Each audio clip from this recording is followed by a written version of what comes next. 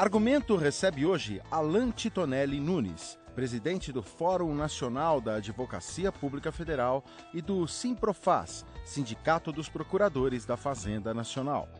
Nessa conversa com Márcia Semer, ele fala sobre a busca do Fórum em se legitimar como uma referência da advocacia pública para o meio jurídico e a de conscientizar o próprio advogado público de seu papel na estrutura do Estado e na sociedade. Está no ar Argumento, Advocacia Pública em Ação.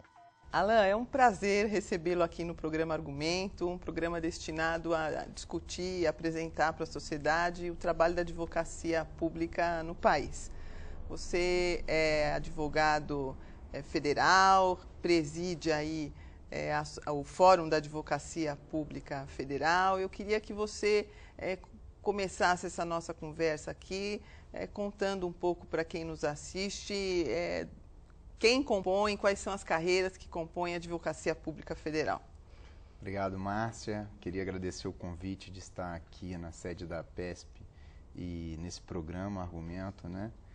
E dizer que eu sou procurador da Fazenda Nacional, presidente do Fórum Nacional da Advocacia Pública Federal, que envolve diversas entidades representantes das carreiras da AGU. E entre as carreiras da AGU nós temos aí a carreira de advogado da União, carreira de procurador federal e a carreira de procurador da Fazenda Nacional e a carreira de procuradores do Banco Central. E o procurador da Fazenda Nacional, qual é a atividade específica para distinguir dos demais? O procurador da Fazenda Nacional tem a atividade de representar judicialmente e extrajudicialmente a União nas causas de natureza fiscal, né?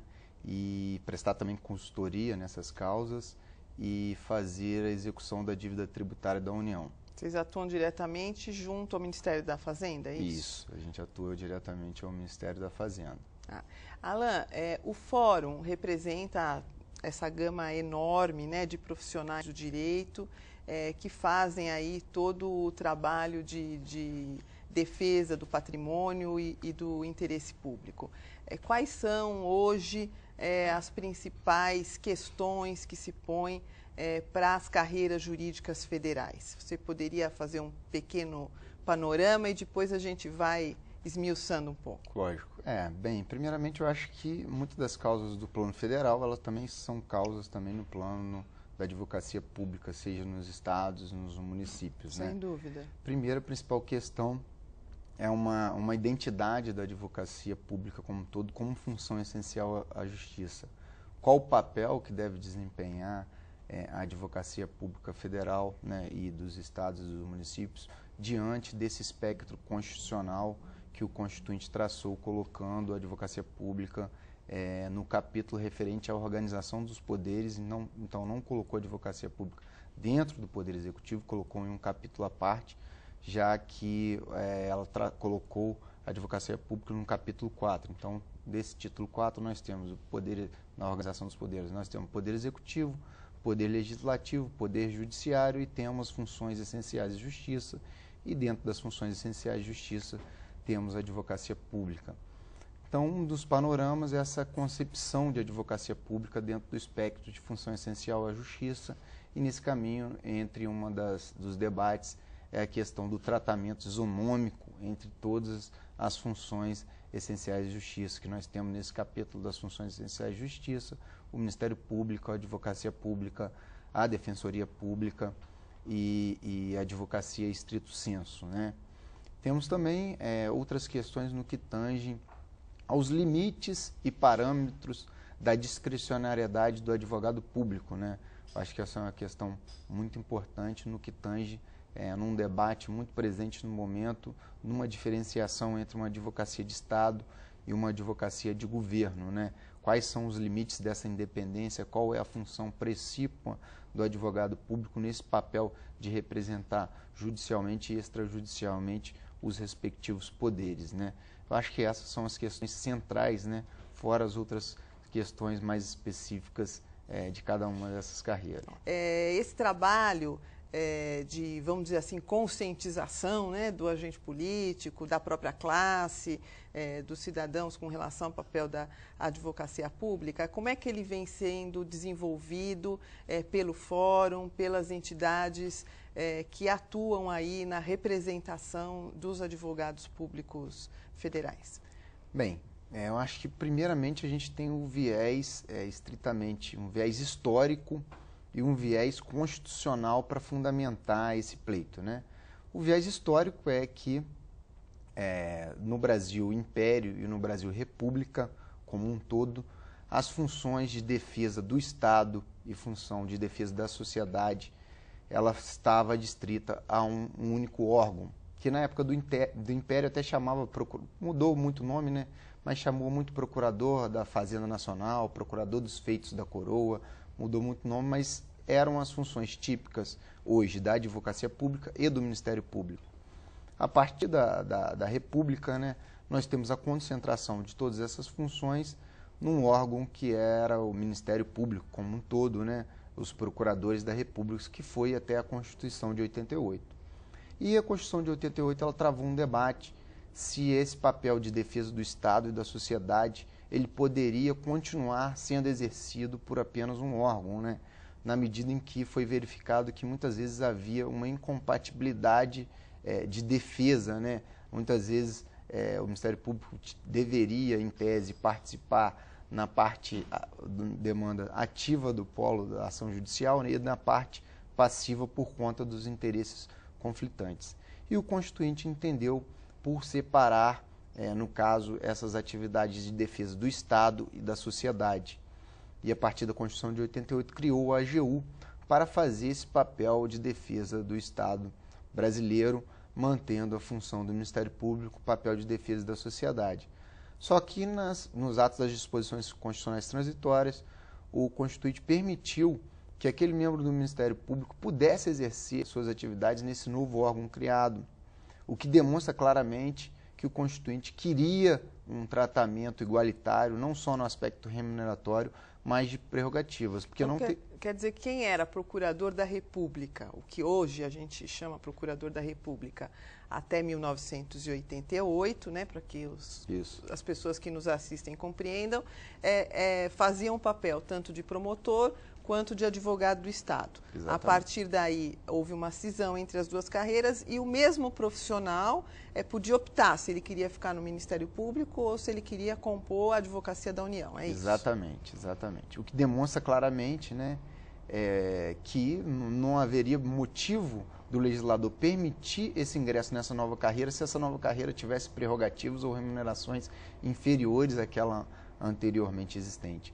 E, na verdade, o Constituinte veio apenas positivar o que já ocorria na prática, que a remuneração até desses profissionais, inclusive à época da criação da AGU, já existia o cargo de procurador da Fazenda e dos procuradores autárquicos, já percebiam uma remuneração, tinham prerrogativas isonômicas àquelas existentes ao Ministério Público. E hoje não é assim. Hoje há uma remuneração diferenciada e as garantias são diversas também. Exatamente. Não só no aspecto remuneratório, como no aspecto de prerrogativas, há uma inferioridade muito grande no que tange ao plano federal entre o Ministério Público Federal e a Advocacia Pública Federal. E por que há um entendimento aí dos advogados públicos em geral de que há uma necessidade de avançar, essa situação é uma situação de desequilíbrio e precisa se alterar? Você podia comentar um pouco isso? Eu acho que isso, eu acho que a parte também é uma parte importante constitucional, histórica, né? Muito que já passei um pouquinho, mas eu acho que é importante sempre relembrar. Constituinte, ele na organização dos poderes e a organização dos poderes, ela sempre leva em conta o equilíbrio e a harmonia entre os poderes, fez uma criação um pouco até diferente do que a gente teve no mundo moderno, no que tange a organização dos poderes, por conta que a gente sabe que Montesquieu pregou, né, na sua doutrina uma divisão tricotômica, né, entre os poderes, né, poder executivo, legislativo e judiciário, né? E o Constituinte brasileiro inovou na Constituição de 88. Ele trouxe mais, hipoteticamente assim, vamos dizer, um poder, né, que é o capítulo referente às funções essenciais da justiça. Não colocou esse capítulo dentro do Poder Executivo. E entre as funções essenciais de justiça, nós temos o Ministério Público, a Advocacia Pública, a Defensoria Pública e a Advocacia Stricto Sensu, né? E o Constituinte, quando colocou essas funções dentro do mesmo capítulo, ele não fez nenhuma diferenciação entre o exercício dessas atividades. Ele, na verdade, queria que essas funções, né, exercessem suas atividades tendo um equilíbrio, uma harmonia, para que a prestação jurisdicional e até a própria representação e até o próprio equilíbrio no sistema de freios e contrapesos pudessem partir um pouco também do exercício da atividade dessas funções essenciais da justiça. Alan, o ministro Toffoli defende esse ponto de vista de que a advocacia pública, assim como o Ministério Público e a Defensoria, no âmbito das carreiras públicas, não integrariam nem o poder legislativo, nem o executivo, nem o judiciário, exatamente em função da posição topográfica, vamos dizer assim, desses órgãos dentro da Constituição, concebidos como função essencial à justiça.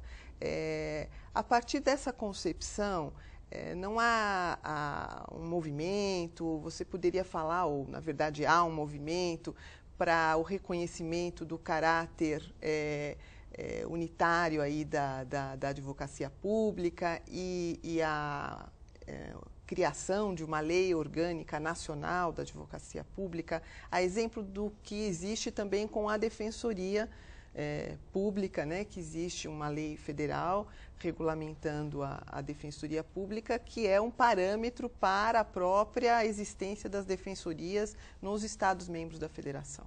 Eu acho que esse tema é muito importante, esse tema tem sido desenvolvido entre todas as entidades da advocacia pública como um todo, e a APESP tem participado desse debate, né? E a gente fez esse caminhamento através de alguns debates junto com o coordenador da Frente Parlamentar em Defesa da Advocacia Pública, o deputado federal Fábio Tradi, né? E o deputado Fábio Tradi fez um requerimento para a gente debater no âmbito da CCJ uma lei orgânica da Advocacia Pública Nacional. E essa lei orgânica trazendo alguns conceitos principiológicos, né, para definir, assim, em âmbito nacional, determinadas prerrogativas e determinados princípios que a advocacia pública como um todo deve obedecer. E nesse sentido, eu acho que a questão da discricionariedade técnica, nesse sentido a questão da independência do exercício das atividades, né, ela deve ganhar um ponto forte, né, no sentido de estabelecer um critério distintivo entre uma advocacia de Estado e uma advocacia de governo, que eu acho que hoje está muito bem claro que o que a sociedade quer é que a advocacia pública exerça um papel de defesa da legalidade e constitucionalidade dos atos públicos, né? Esse também é um assunto muito recorrente, né, nos debates entre advogados públicos e muito importante para nós que exercemos aí a atividade de advogados públicos. Essa distinção entre advocacia de governo e advocacia de Estado. Você poderia falar um pouquinho disso e nesse âmbito falar um pouco também da questão da pertinência da manutenção aí pelas advocacias públicas, ou pertinência ou impertinência, da defesa dos agentes políticos em juízo e fora dele aí? Eu acho que essa é uma questão muito sensível. Eu acho que ela decorre também desse papel um pouco de amadurecimento, até sendo repetitivo, né, do papel da advocacia pública como um todo para o país. Como eu havia dito, esse papel até em âmbito federal foi constituído com a Constituição de 88, né? Demorou um pouco até para a Constituição da própria AGU, só em 1993, né? E nós, acho como um todo, a advocacia pública, temos refletido sobre esse papel de exercer uma advocacia de Estado, né?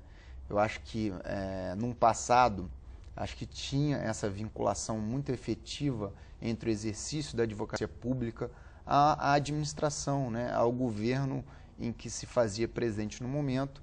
E eu acho que hoje determinadas garantias vêm fazendo um distanciamento e demonstrando o que o Constituinte quis quando incluiu a advocacia pública entre as funções essenciais da justiça. Ele quis criar um órgão para prestar assessoria ao governante e, ao mesmo tempo, preservar os direitos do cidadão, né, na medida em que vai caber ao advogado público exercer um controle de constitucionalidade e legalidade dos atos da administração pública como um todo.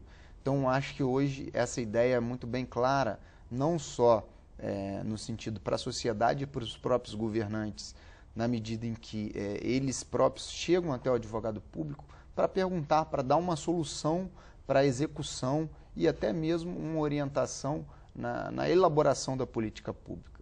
Até um tempo atrás, nós fazíamos a associação do papel da advocacia pública muito ligado à defesa do Estado em juízo. Eu acho que isso tem evoluído. Sim. Hoje, o papel das consultorias são extremamente relevantes no sentido de fazer o aspecto preventivo das demandas, né? E até fazer uma orientação na medida de elaboração e execução de uma política pública de uma maneira a dar uma maior efetividade, né? De chegar ao cidadão como um todo de uma maneira mais próxima, de uma maneira mais efetiva. Hoje nós vemos essa preocupação da advocacia pública como um todo num papel de consultoria e o que ela pode avançar para o cidadão, né, como um todo. E relevante destacar o papel de combate à corrupção que a advocacia pública como um todo tem feito. Na medida em que ela faz o controle de legalidade e constitucionalidade dos atos, seja no aspecto licitatório ou numa consultoria como um todo, né, até numa própria opinião, num momento específico de consulta do governante ou o secretário, o ministro da pasta, né? Exatamente, a gente vê fazendo esse controle preventivo, né, da corrupção. E no plano federal nós temos avançado muito na AGU, né? Hoje, ano passado, inclusive, a AGU ganhou o prêmio Novário no que tange ao combate à corrupção, num programa que a AGU criou de fazer recuperação dos créditos naquelas ações de improbidade que houvesse condenação do agente público, né, por ato lesivo, né, pelo desvio de verbas públicas, né.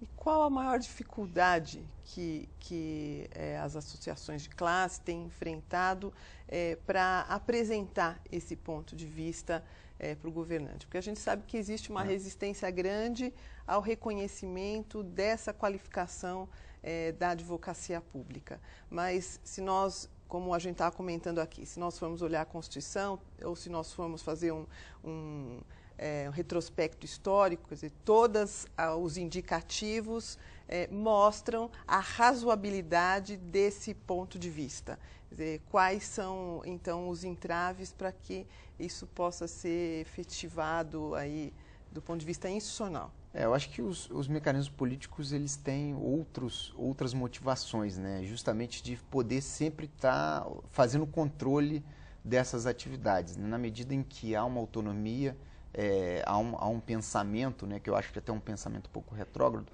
de que a instituição poderia alcançar voos próprios, não estaria sob o cerco, né, do poder executivo, e isso às vezes causa um processo de desconfiança no político como um todo.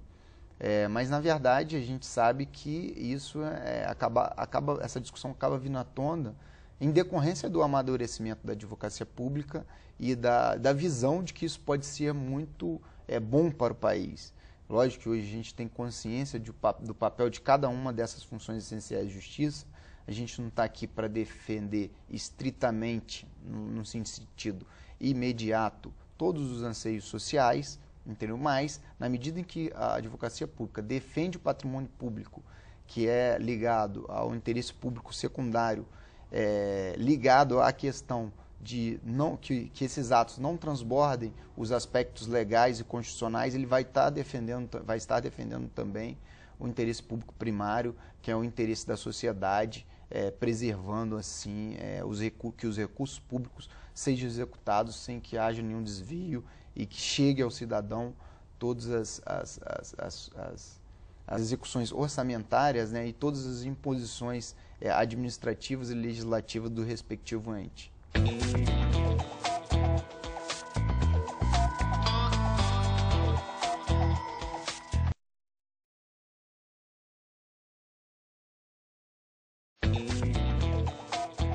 Voltamos a apresentar Argumento, Advocacia Pública em Ação. Pensando na advocacia da federal hoje, essa advocacia ela está bem estruturada, ela conta com funcionários de apoio, enfim, que permitam ao desenvolvimento adequado do trabalho, da responsabilidade constitucional que tem essa advocacia federal? Márcia, infelizmente a Advocacia Pública Federal tem muitos problemas, né? Hoje a gente tem enfrentado aí um quadro de uma falta total de carreira de apoio. Se a gente for fazer um comparativo, na AGU como um todo nós não temos nenhum servidor de apoio para cada membro efetivo, né? E se a gente for comparar com a magistratura e o Ministério Público, cada membro da magistratura e do Ministério Público tem cerca de 19 assessores, né? Sem falar também no déficit também de estagiários também muito pequeno. E da estruturação física como um todo. Hoje a gente vê o sistema virtual da Justiça Federal crescer cada dia mais e a Advocacia Geral da União está muito atrasada no que tange a esse acompanhamento da Justiça Federal. Hoje a gente vê também uma briga no Congresso para criar mais tribunais federais e esdrúxulamente, vamos colocar assim, a gente não vê o mesmo crescimento por parte da Advocacia Pública Federal. Então, se a gente estiver preocupado com a prestação jurisdicional, cada vez em que tiver um aumento das varas federais e dos próprios tribunais, é necessário que também aqueles outros órgãos que atuam, né, na prestação jurisdicional também tenham crescimento. E aí não só a Advocacia Pública, mas a Defensoria Pública também, né?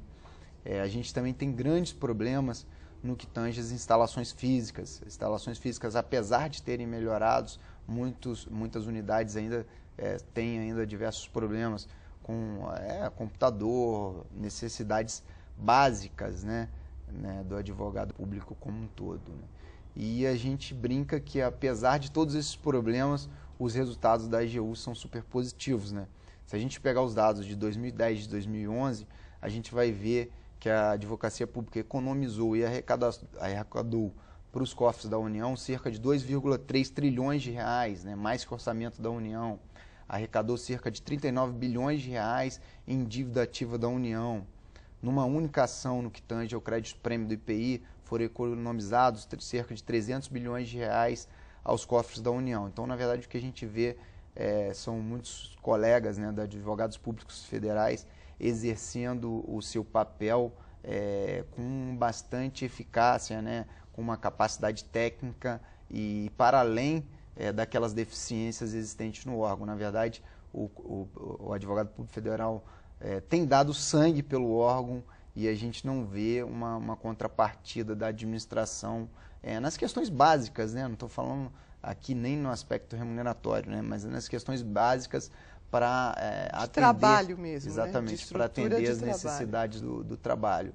A gente sabe que se essas necessidades fossem atendidas, nós teríamos uma capacidade de ganho, né? De trazer um retorno muito maior para os cofres públicos, né?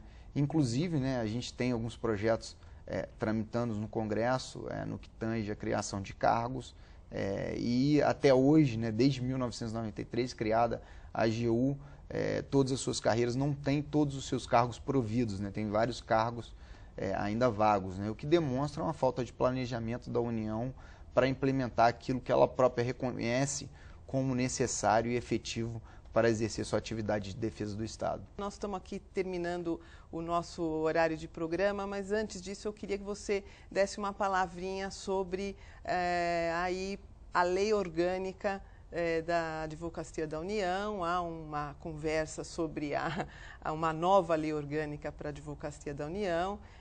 Se vocês têm conhecimento desse documento e quais são as expectativas da classe para uma nova lei orgânica para os advogados da União. Bem, a gente teve um debate no passado, mas, assim, no atual momento, acabou chegando ao conhecimento das carreiras da AGU um projeto de lei complementar que tramita em segredo dentro do Poder Executivo. As entidades e nenhum membro tem acesso a esse projeto, né? O que tem ensejado muitas críticas à direção da AGU, né? E ao ministro da AGU como todo, que é o ministro Adams, né? As carreiras pedindo para ter vista do processo e participar de um debate democrático desse projeto de lei orgânica da AGU que está para ser encaminhado ao Congresso. Ele não é um projeto que vai alterar, não vai ser uma nova lei complementar, vai alterar alguns pontos da lei complementar, mas pelo que a gente viu, vamos dizer, extraoficialmente desse projeto, é um projeto extremamente nefasto para uma concepção de advocacia pública. Primeiro, porque ele permite que membros de fora da carreira exerçam atividades na carreira. Então, isso é um ponto extremamente negativo.